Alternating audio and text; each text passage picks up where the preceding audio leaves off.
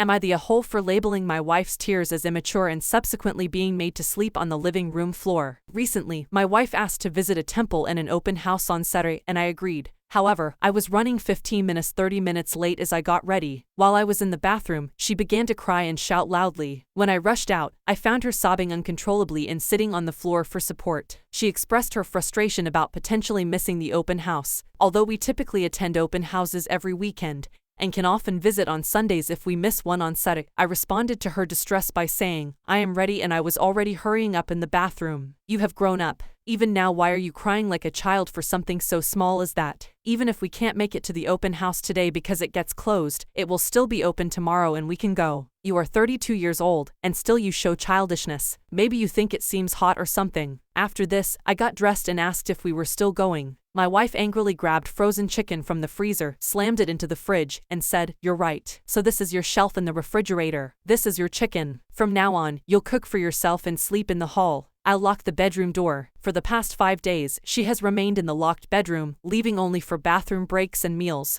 We live in a 1-bedroom apartment, so I've been forced to sleep on the carpeted living room floor. We don't have a bed or couch in the living room, and she is only cooking for herself, so I've been eating out or cooking on my own. On the first night, I knocked on the locked bedroom door, asking for my pillow so I could sleep in the living room. She replied, "F yourself." I asked again for the pillow, and she said, "F yourself. F yourself outside. You're saying I'm 32 years old and not sexy anymore. Your face is as dark as you're a hole." Note that I never said you are 32 years and not sexy anymore. I only said 32 years and acting childish. Maybe you think it is hot or something. We are both Asian Indian with brown skin, but my complexion is darker than hers, so her comment felt offensive. I chose not to respond to avoid escalating the situation, as she might have started screaming and disturbing our neighbors. Instead, I slept on a bedsheet on the floor, using a blanket as a pillow. Am I the a-hole? I 32 female want my friend 27 male to break up with his fiancée 27 female. I 32 female have a friend Carl 27 male who's engaged to Cora 27 female. Carl is part of the group I play D&D with. He's been dating Cora for 10 years. I'll say upfront I don't like Cora. She is stuck up and looks down on us nerds. I have tried to be friendly and get to know her, but she just ignores me and stays glued to her phone or talks only to Carl. Carl says she is shy but really great once you get to know her. To spare his feelings, I never told him I don't like Cora. I didn't think my opinion mattered. I see her rarely anyway. Our group plays once a week. This is the only time Carl does anything on his own. He used to play with another group but quit to have more time with Cora. Last year she started complaining about him going out to play instead of taking her on a date. We even moved the game from Friday to Wednesday, which was hard because it sounded like she really wanted Fridays to be their special date night. Cora was happy for a few days, and then the following week she was complaining again about Carl going out. So the issue is not the day of the week, just that she doesn't want Carl to spend time with friends. This is when Carl started looking unhappy and saying things like he didn't see a future for them. I tried to stay neutral because I felt biased by my dislike of Cora, but secretly I was hoping they would break up. Then he stopped talking about ending their relationship, and shortly after they were engaged, he didn't complain about Cora wanting him not to go to D&D night anymore. I thought they had talked it out and come to some agreement. However, shortly after, the problems returned. On Xmas she gifted him dance lessons that were on the same day, time as our games. Carl says she means well, and after they're married and start a family he won't have any time for his hobbies. Carl skipped this week's session due to Cora again. I told Adam, mutual friend, I was done mincing words, and next time I see Carl I'm going to tell him I don't think Cora is right in trying to control all his time or his hobbies, and he should think whether he really wants to marry her. Adam didn't agree, said Cora might be jealous of me and it's a dick move to mess with someone else's relationship. Adam doesn't think Cora has reason to be jealous, just it's how she might see it. To be clear, I don't have any romantic attraction to Carl and I'm already in a relationship with another man. Carl is a great person but not my type. I just can't stand to see my friend so miserable and I want a frank talk with him. I don't necessarily want them to break up, but I think the current situation is untenable for Carl. If the genders were swapped and it was a big burly man trying to stop his petite girlfriend from having any outside interests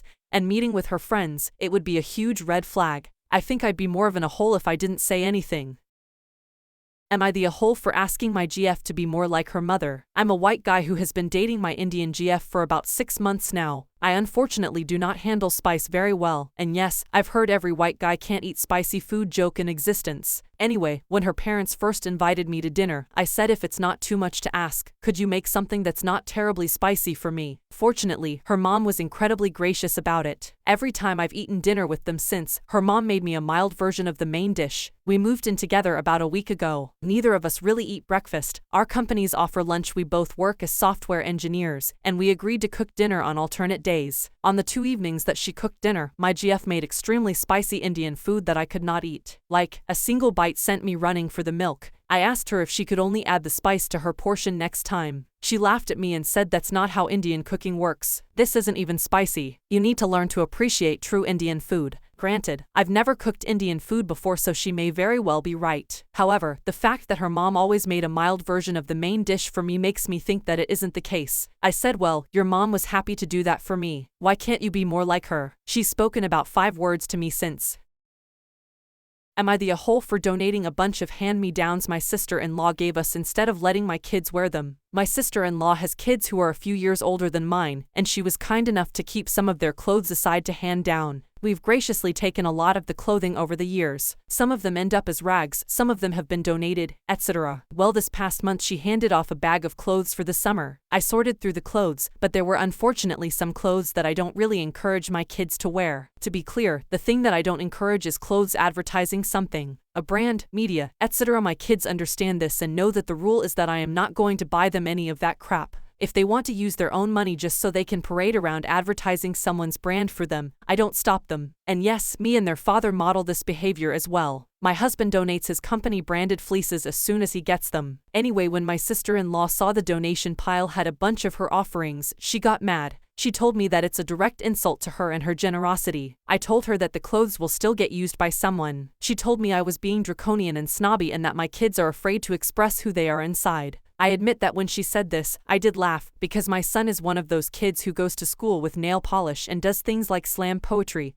and chalk drawing clubs. Well, that's the issue. Am I the a-hole for donating some of the clothes from my sister-in-law all these years? Oh, just to be clear, for clothing donations we actually donate directly to a church in our neighborhood who does clothing drives. I think that's worth noting because places like Goodwill and the Ark have been marking up prices due to thrift resellers. Am I the a-hole for ruining my dad's chances of winning my mom back? My 25 female parents are getting divorced after 24 years of marriage. My mother was basically cheating on my father for months before he found out. I put cheating in quotation marks because my dad was a horrible husband, so I was actually happy she found someone else. Once my mom said she wanted to separate, my dad completely changed. He said he didn't want her to leave, begging her to stay, saying he will change. He actually got on medication for his depression, started being more affectionate, and asked for couples counseling that he said my mom agreed to do. One day I go to my parents' house and my dad says he wants my help winning my mom back. We are in the backyard and mom is in the house. I told him no because I want what's best for her and he's not it. He said that he has severe depression, and saying that he's bad without acknowledging how depression can affect a person isn't right. He said he was disappointed cause if the genders were reversed I would admonish him for cheating and breaking the vow of marriage. Now this is where I might be the a-hole. My dad is doing everything he can to win my mom back, so I said that while I won't help him, I wouldn't interfere in his plans and would stop talking about him with her. Me and my mom talk a lot about how tie of a husband my dad is. At one point in the conversation he says, in a calm tone, I know you're not going to like this, but I must say it anyway. When one parent gives you gifts and takes you on trips and buys you things, of course you're going to side with them even if they're wrong because you don't want to lose that. This made me so angry. I have a genuine friendship with my mom, whereas even though my dad was a fantastic father gave us everything we ever wanted, needed, I don't necessarily enjoy being around him. I hang out with him sometimes out of obligation, but it's very forced and I know he can tell and he's told me this hurts him in the past. I basically went off saying F you and how dare you and that he had no right to question my character.